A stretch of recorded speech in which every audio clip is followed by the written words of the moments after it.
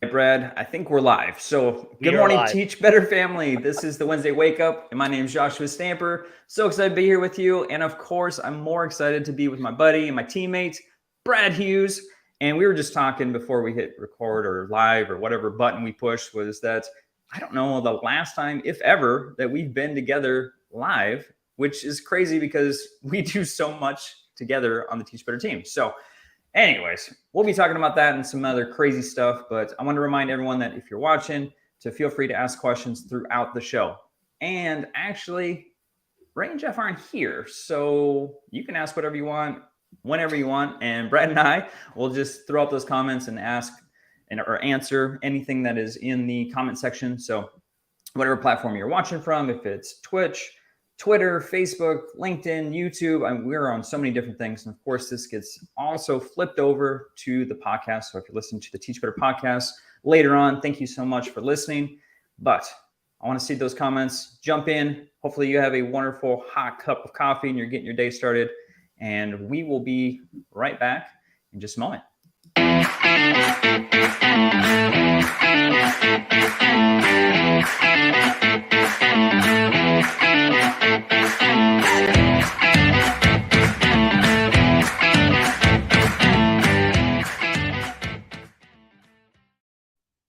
Mr. Brad Hughes, how are you doing? Doing well on this Wednesday morning. Welcome, Josh, and welcome into the Teach Better family to our Wednesday Wake Up, our weekly opportunity to check in with you saying, hey, how are you doing? What do you need? How can we help? How can we help make your week end strong and positive? And how can we help you through that Wednesday hump to finish strong? A big Wednesday up for you, Joshua Stamper, in Texas. It is a big Wednesday for me. We got some things going on in the Stamper household that are pretty large. We're making a shift. We're making a shift from Texas to Colorado, and today is kind of a big day for that transition. So we're pretty excited. And Brad, I was talking to you and some of the teammates the other day about just what a big decision that was for us, and then of course just the lack of control that is with that whole process. You're leaning on a lot of folks, and there's a lot of trust involved and a lot of stress. I think it's one of the top stressors in folks' lives in regards to moving. And then, of course, it's like 1,000 miles away, so that doesn't make the process any easier. Yeah, it's the miles between, and it's also the emotional distance that you have to bridge between what you know and what you don't yet know. And as you said, these big processes require a lot of people and a lot of moving parts, so many of which are really out of our control. You're leaning on trust in the process, and as educators, we often are seekers of the answer, and sometimes the right answer. What's going to happen first, then next, and finally, and it can be a huge sense of displacement, loss of control, and it's an opportunity to lean on faith in the people around you and trust in the process, which we'll be getting into as we talk more today. Yeah, so just a reminder for those, good morning, jump in the comments. Let us know what you're up to. And of course, if you have any questions that you're dying to ask Brad, we can make this the Ask Brad segment also. So whatever's on your mind, jump in the comment section and ask away. Brad's an open book, and he's full of wisdom. So I love asking Brad things. I've got an appendix in the back of the book full of dad jokes as well. So, and please bear in mind, Teach Better family, whatever you ask, it's going to be filtered through a bit of a fog of a 7 a.m. start here in the Eastern time zone. Josh, you're in Central, so you're a 6 a.m. start, and maybe there are folks on the West Coast who are 5, or maybe there's a Hawaiian visitor and viewer right now who's I'm not sure. It's a crazy early time right now, but rest assured we're here for you, and we're going to give you our best that we can provide, especially when it comes to staying connected and being connected with you, our Teach Better family.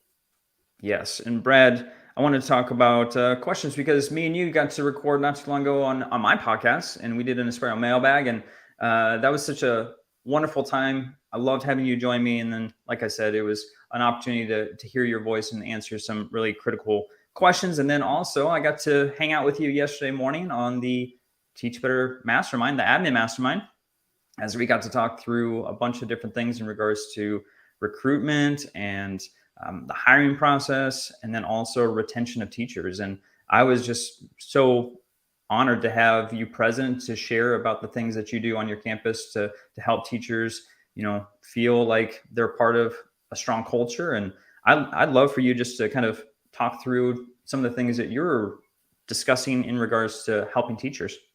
Josh, that's an important time in schools right now as April turns the corner into May. There's a lot of evaluation, a lot of testing going on in our schools and faculties right now. There is a lot of there are a lot of staffing decisions being made, and staffing is thinking about your move. Staffing is also a big stressor, and it's an important process where people's work lives and their livelihoods are being discussed and they're being shifted around. And again, a huge procedural piece that's also very, very personal. So working through and navigating both the personal and the professional pieces of those staffing, sometimes hard decisions and hard, difficult outcomes that we don't expect in terms of maybe leaving one building and going to another, shifting from one grade level to another, or as you said, maybe moving from one city or one district to another. There's lots of change, and so that's something we continue to work through as school leaders and educators, is balancing the procedural needs of those big processes with the understanding that it's tremendously personal.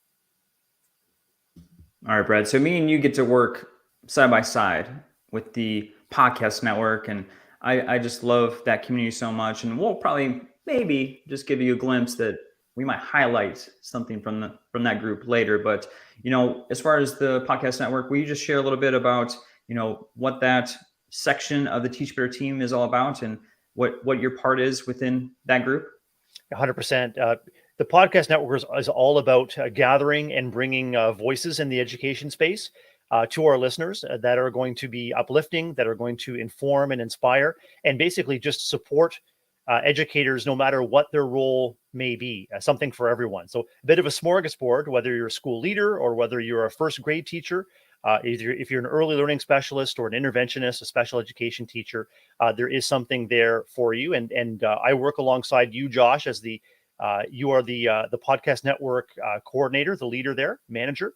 And I am the guide on the side, working through, getting to know these incredible podcasters and taking a look at the content that's being created and the feedback around that content, and making some decisions around how we can best curate podcasts that are going to meet the needs and interests of our Teach Better community.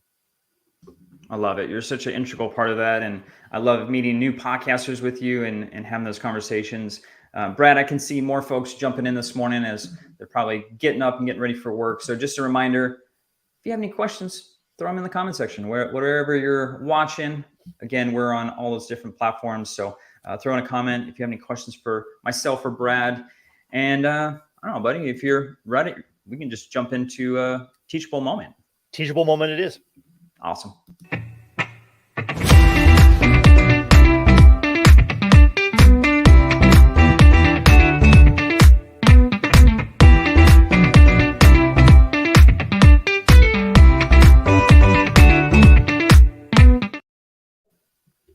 Awesome. We are back for the Wednesday Wake Up. I've got my good buddy Brad Hughes with me. And Brad, I kind of want to lean still into that conversation that we had yesterday because I think it's so important. I know a lot of folks are, stressed right now. You said it. There's state testing going on, a lot of things going on for the end of the school year. And then also they're trying to figure out what their future is going to be, maybe on that campus, maybe in the district, and they could be looking for a change. But I know for our administrators or for our teachers, one of those things is that they're always looking, to better themselves, in the summer and the next year. And I know a lot of folks are looking at hopefully staying where they are. So like for our administrators, for our teacher leaders, what can they do to help, their staff feel like they're a part of a greater community, and then also not so stressed during this, crazy time of the school year? I'll work backwards from your last comment there around the stress. And I think it's important that school leaders and educators alike acknowledge that the staffing process through schools and deciding on assignments and where teachers, it is going to be a stressful process. And so, stress is, anytime we are called with our brains and bodies to manage a change. And I think we just need to start out by acknowledging that it will be a stressful process. There will be information shared that may be distressing, upsetting, or confusing. And there may be decisions that are made that are stressful, especially when it comes to change in assignment, in location. Let's face it, as educators, we develop tremendous affinity with our classrooms and our school buildings. And so we also recognize that as educators, we are employees of a district. And so it may be due to the needs of a district or a particular faculty, or sorry, a particular campus, particular school building. As needs change, assignments may change as well, but that doesn't mean that it's not a stressless process. But one thing that school leaders and other teacher leaders can do to help, I guess, balance the stress and allow people the opportunity to process what's happening is to really open the books on what the process is.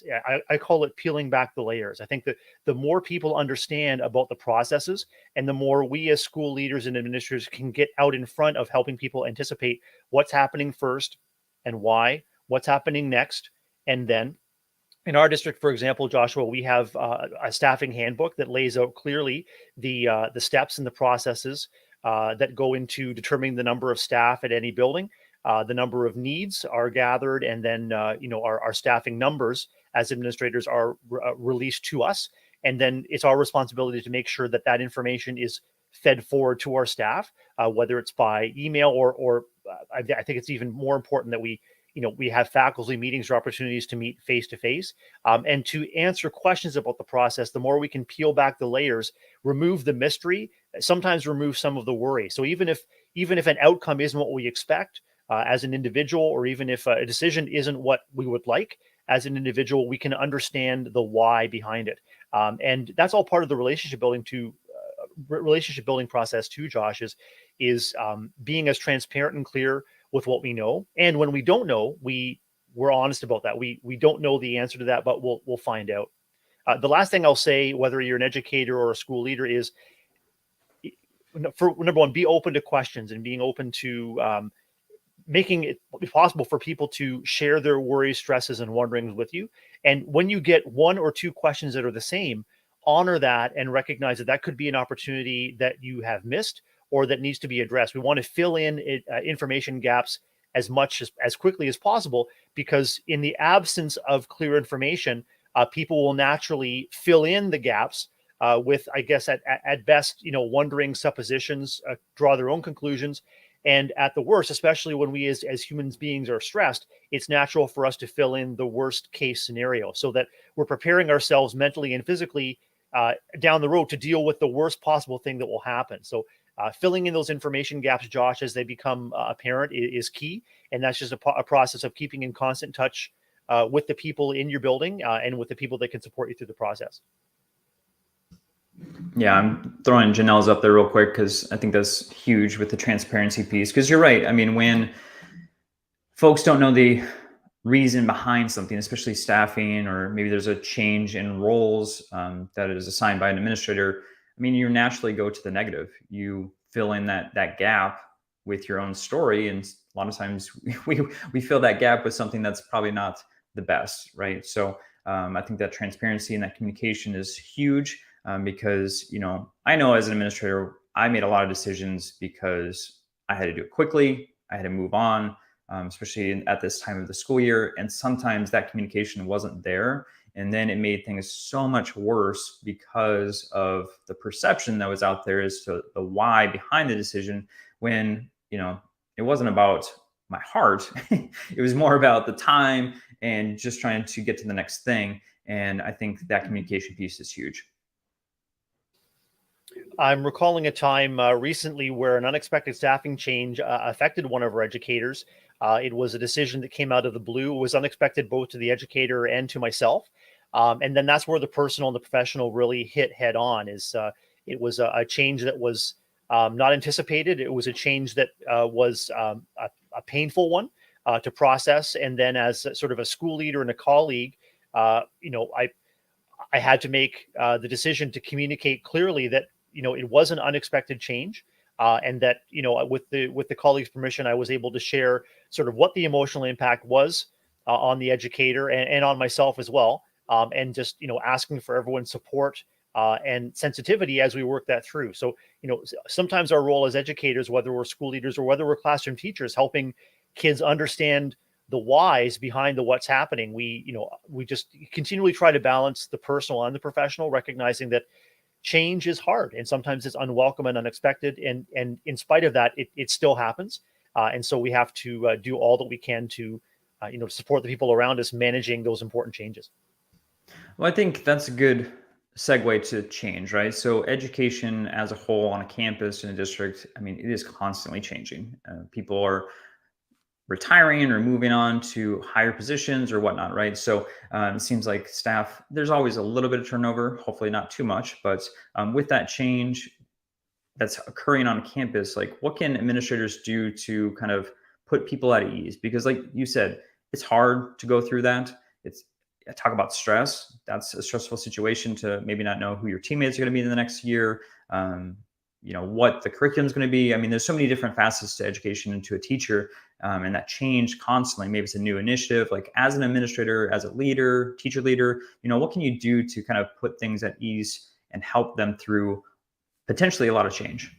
The first thing that comes to mind, Josh, is something to avoid, and that is to uh, assure people that change can be good. I think that can be something that we can come to with an individual or with a group over time, especially if our relationship is strong. But um, providing that kind of feedback can be really unhelpful and unsettling for someone who especially is reckoning with unexpected change. So again, I think it goes back to making sure that people understand the process and make sure that you as a school leader or as a teacher leader or as a district leader are available and know that people will need to take time to process information, whether it's about a staffing process or a staffing decision, and that you're welcome for them to circle back and chat with you further. I think it's just, again, drawing on empathy, and reflecting back on important changes that have affected us and how we found our way through it. I think that's really important, is to, knowing oneself as a way of helping and know what others may be feeling with, recognizing that, dealing with processing and then incorporating change is a process. It's not something that's going to happen immediately, and it's not something that can be sped along with, I guess, false or empty reassurance that, hey, change can be good. Hey, look at all the positives about that. The positives, I think, will be revealed. And if you and I, and if those listening and watching reflect on important changes that happened to them, I'm hoping that many of those changes revealed opportunities and revealed growth, or simply revealed things that weren't expected, that were of benefit. But in the moment, when we're reckoning with change, it's the reassurance that we will work through the process together. And as we work through the process, as more information becomes available, you will have the support that you deserve. So, Brad, what do you think about transparency in regards to your own feelings as a leader? Is it okay to share that you're also maybe reluctant to change, or maybe you're fearful or you're stressed also? Is that okay to communicate? I think so. And I think that transparency and vulnerability in leadership is something that's being more and more explored, and it's being more and more, I guess, championed as human beings working in a school community. It's a fine balance, isn't it, Josh, between leading and being so vulnerable that it's possible that you are eroding the confidence, and you're eroding the focus from what staff need to what you as an individual need. So I always want to lead with my heart. I always want to lead with love. I always want to lead with transparency and also vulnerability about how I have reckoned with important changes in my own personal and professional life. But I always want to make sure that's wrapped and back in the focus of what an individual or a staff group needs. And so, yeah, I honor vulnerability among leaders, and I think that the more that teacher or building leaders model the desired behaviors, especially as it comes to reckoning with change, whether it's a personal anecdote or whether it's simply coming alongside someone and being in the role of a listener. We want to seek to understand, as Covey said, seek to understand before being understood. And I think that that's an important thing that we can carry forward in our classrooms too, especially if we're dealing with conflict or unexpected change in a classroom or in a school building, is understand how the information is being received, understand what the impact might be, and then come alongside. And we come back to that question. We keep coming back to that cycle. Okay, based on what you're feeling and experiencing, what do you need? and how can I help?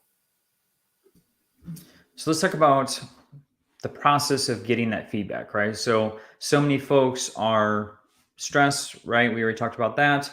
Maybe they are unsettled about just the future of potentially what's going on in the building, and they want to communicate that to their building leaders. So for you, Brad, what are some ways that you allow your staff to do that, to share with you so that you can have that listening ear, even though, potentially you've got a lot of things that you're having to juggle also?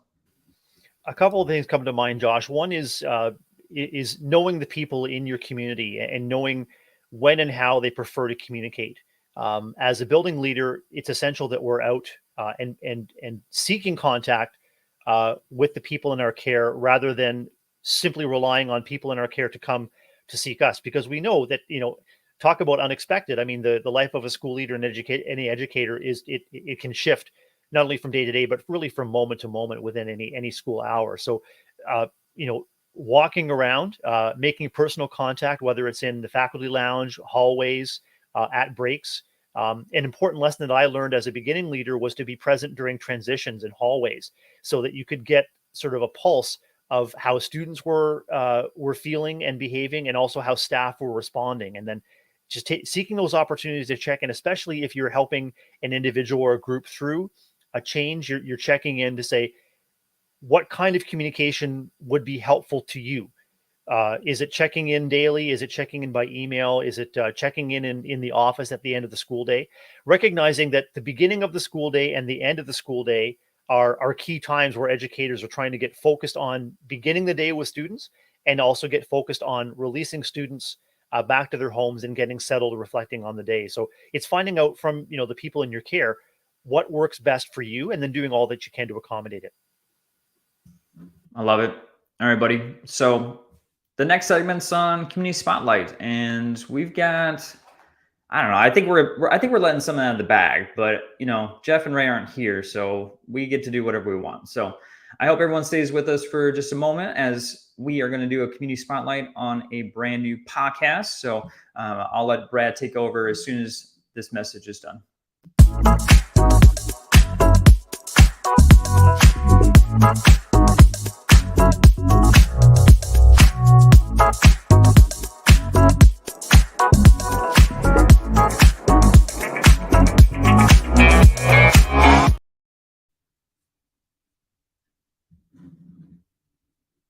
Oh, buddy, you're on mute.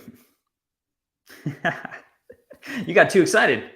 I did get too excited, and we're back. We're back. Muted or unmuted, we're back and we're live. And you're with Brad Hughes and Joshua Stamper of the Teach Better team. I'm a school leader in Ontario, Canada. Joshua is training and development specialist with Teach Better team.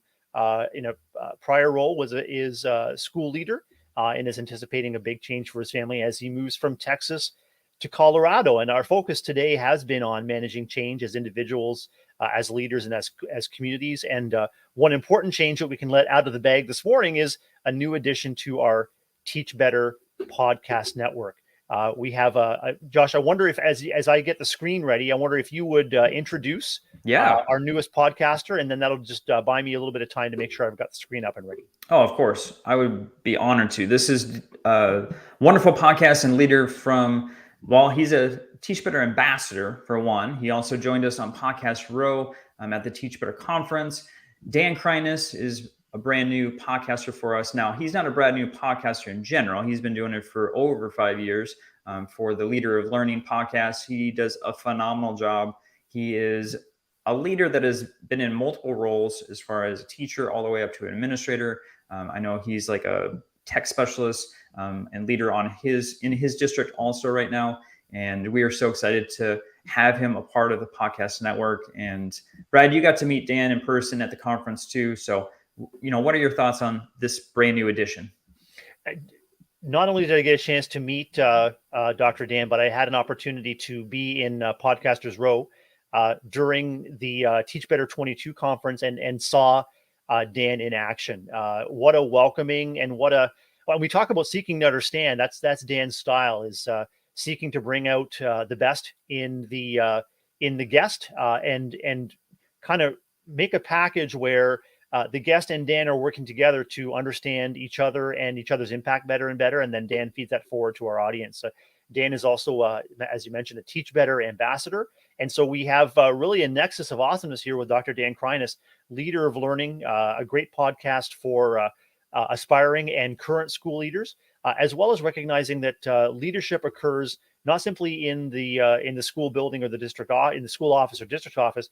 Leadership is occurring throughout our buildings each and every day in our hallways, classrooms, and school communities. And so, every educator is a leader. I firmly believe that, and I know that Dr. Dan Kreines believes that as well. No, it's so true. And Dan has been such a huge outlet for myself. I know when I first started podcasting, he was someone I leaned on heavily. And, just to have him, one, be a part of our ambassador community is fantastic. But then to have him now on the podcast network is just a thrill. And I'm so excited. And then, of course, for Podcast Row, Dan's going to be joining us again for Teach Better 23. So I'm super excited to have him back there. I know, Brad, Podcast Row is such a joy to be a part of from this last, conference. For you, what was that space like? And what was your, what do you think of that space and what we created this last year? It was so cool. Podcasters from across the podcast network were in Podcasters Row welcoming guests, conferees, and other folks to interview, to record content for their podcast, but also, we're in the middle of an outstanding education conference. And so people are coming to those interviews with ideas, with excitement, with enthusiasm based on what they've heard. And so it's such an awesome opportunity to talk with people as they're incorporating new learning and new connections into their practice and anticipating how they'll bring it back to their classrooms and school buildings. I had the opportunity, as I said, to be present as Dan was recording, as well as other incredible podcasters. And something that really struck me is the authenticity of the conversations and the incredible wealth of expertise and sincerity, with which our podcasters are connecting with guests, as well as the vulnerability and the willingness of guests to share their stories with any podcaster is also a real gift. I'll mention too that like you, Dr. Dan was a huge support for me as I was beginning in podcasting. I remember a call that we arranged to help me through a couple of technical things. I was really always impressed with Dr. Dan's sound quality and just the richness and resonance of his voice. And I was wondering about how I could sort of achieve the same. I mean, we've all got our own certain set of pipes, and so that's part of it is physiology, but also part of it is your recording setup. And so Dan freely gave of his time to a beginning podcaster like me, and just certainly a heck of a guy and a wonderful addition to our network.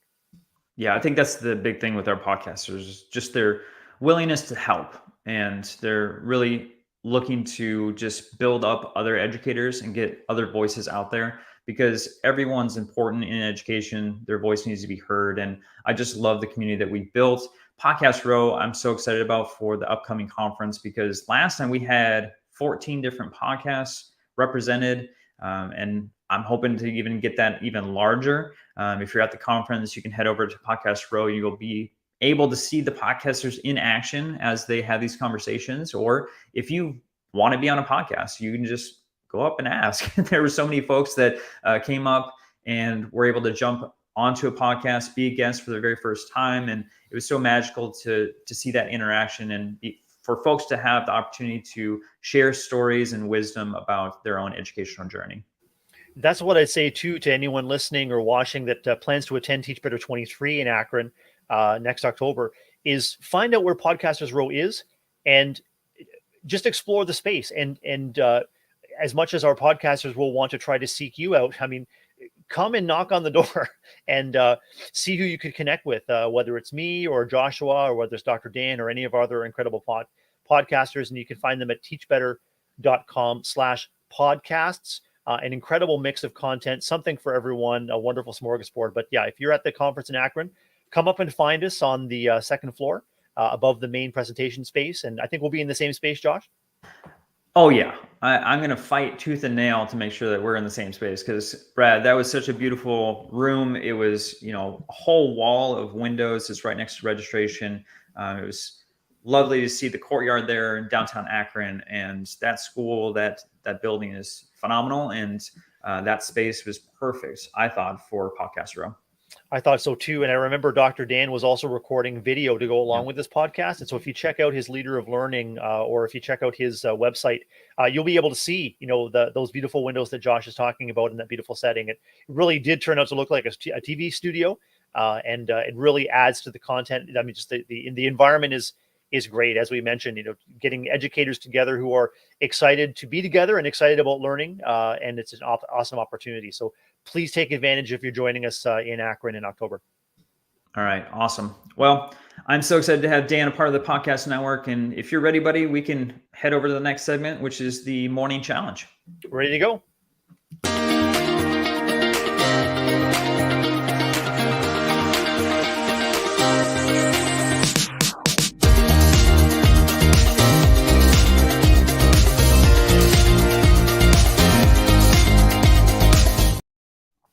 All right, welcome back, Teach Better family. I'm so excited to have this conversation with Brad Hughes this morning. He is always a joy to speak with. And Brad, our conversation seems to have this overarching theme of change, right? Between what we talked about with my move with the family and potentially what folks and campuses are going through right now as they look into the next school year. So as far as the morning challenge, what do you have for us in regards to our listeners or our viewers on how they can handle change moving forward? What comes to mind straight away, Josh, is as we encouraged leaders to be both vulnerable and transparent with what's happening. As educators, individuals who are experiencing change, my encouragement is to be vulnerable and transparent with your loved ones or for those around you about what you're experiencing and what you're feeling. I mean, all feelings are for feeling, and I think that experiencing change and the stress associated with it, our tendency may be to suppress the feelings that we're feeling, ignore them, try to get away from them. I think it's essential that we give ourselves permission to feel what we feel without worry of embarrassment. And I think it's also essential that we lean on those around us, especially when processes reveal that there's a lot out of our control. There is a lot that we can both control and influence in terms of communication. So if there's information that you need, I'd encourage you to please ask for it. If there are emotional or practical needs in terms of lightening your load or in terms of sharing a workload, whether it's with a partner at home or whether it's with partners at your workplace, I'd encourage you to just identify what you need and how others can help. As educators, we are doers, we are fixers, we are problem solvers, and often we want to arrive at a just right solution for everyone, including ourselves. Sometimes we are the hardest on ourselves when it comes to giving ourselves space, grace, and permission just to allow things to unfold, knowing that we can handle whatever the outcome is, either individually or as a collective. So trust in yourself, believe in yourself, recognize that you make a difference, and recognize that you can and will make a difference no matter what your classroom, faculty, building, or district may be.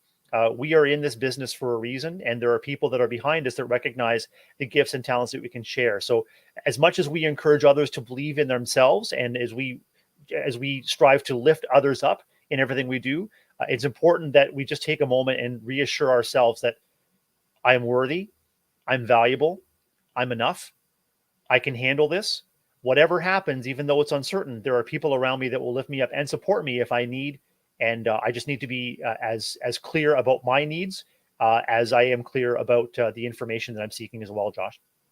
So, Brad, I want to lean into that a little bit more. So, for yourself, from myself too, in tough times, stressful times, I have leaned on the Teach Better family in multiple ways. So, how can someone who's watching right now get connected with folks that can provide that support in times of change or times of stress? I begin with who is closest to you. I mean, it could be people in your household. It could be trusted colleagues. It could be people in your school building. It could be your school leader. It could also be someone as a part of a care team. If you're experiencing stress that's turning into duress, you might reach out to either self-care, or you might reach out to caregivers in your community, whether it's psychologists, psychotherapists, or your doctor. It could be your wellness or staff wellness department at your district. But it can also be any member of us, the Teach Better team. I mean, Joshua and myself, we've got our contact information right there on the screen. You can reach any member of our Teach Better team through teachbetter.com. And if there's something about this conversation that resonates with you, and you're looking for someone that can come alongside you, please be assured that any member of the Teach Better team would be delighted to do that. And as always, we will seek to understand what your needs are and how we might be able to help. Brad, I just love talking with you so much. And I just appreciate your time this morning on the Wednesday Wake Up. Usually you're on Sundays with Ray, or, well, I guess you pop up all over the place. So what is the Sunday show all about?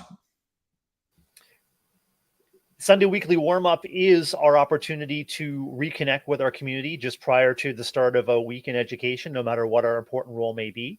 It's a chance to ease the Sunday scaries with inspiration, information, maybe a few giggles, and to remind each other that we're a community and that we're in it together, that all of us is learning through practice. And just as we are encouraging our students to learn through practice and to not give up, to persist, the Sunday Weekly Warm-Up is an opportunity for us every week to make intentional time and space within our private Facebook group for members of the community to connect both visually with the hosts and the content, but also with one another in the comments. So it's a community building and a community restoring opportunity each and every week, and I'm proud to be part of it. I love it. Bree just threw in the conference website, so that's another way to connect with people in person. And I know a lot of folks felt like that was an opportunity to rejuvenate and reinvigorate themselves as the school year kind of started off. So October is a great time, right? So we're getting in the middle of things with our school year. And then, if you need a little pick-me-up, Teach Better Conference is here for you. And buddy, I can't wait to see you in person again on Podcast Row and to see the entire team at the conference. Again, thank you so much for being with me this Wednesday morning. Thank you. I can't wait to reconnect as well. And we've got Tracy in the comments offering great advice to establish wellness plans for educators. And Tracy, we look forward to seeing you as well at the Teach Better Conference. What a game-changing conference it is and has been for me and for so many individuals. If you want to know more, as Bree said, it's teachbetterconference.com. And Joshua, I want to wish you the best as you contemplate a move from Texas to Colorado Springs. I want to wish you and the family all the best and let you know that your Teach Better family is here for you as you make that important move. And whatever you need, we'll do all we can to help. I appreciate that. And for everyone that's watching, we are here for you also in this time of change, stress, and possibly unknown times, depending on what you're going through. So we will be here for you. And I hope everyone has a wonderful week.